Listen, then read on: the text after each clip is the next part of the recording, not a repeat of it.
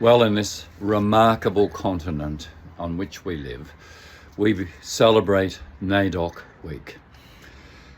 It is quite monumental to think that the Aboriginal flag will fly permanently from Sydney Harbour Bridge now, and permanently from the Westgate Bridge here in Melbourne.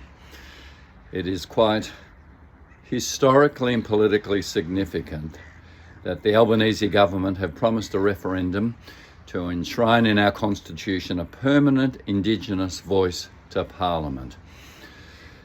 On this NAIDOC week, it's worth those of us who are Christians reflecting on how NAIDOC week even began.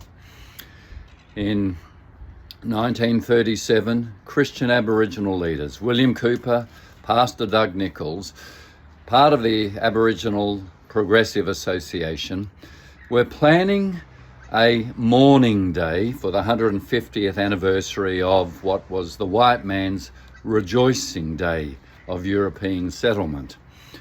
Planning it because of the deplorable conditions of Indigenous on this land that they have been for 60,000 years.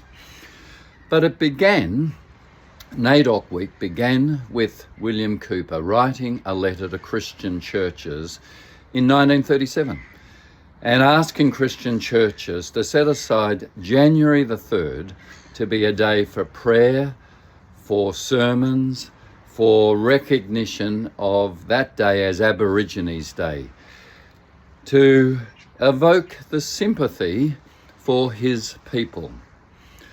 It was later changed to the first week in July.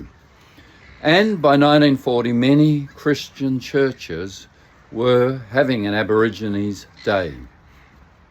When we think of these Christian beginnings, we recognise that this whispering in our hearts, a phrase, by the way, of a parliamentarian in 1842, Richard Wendaya, who actually argued that Indigenous have no right to the land, not right even to the game, the kangaroos, but said, "Why is my mind not satisfied? What is this whispering in our heart?" This whispering in our heart has become a roar. This is something for Christians to commit to.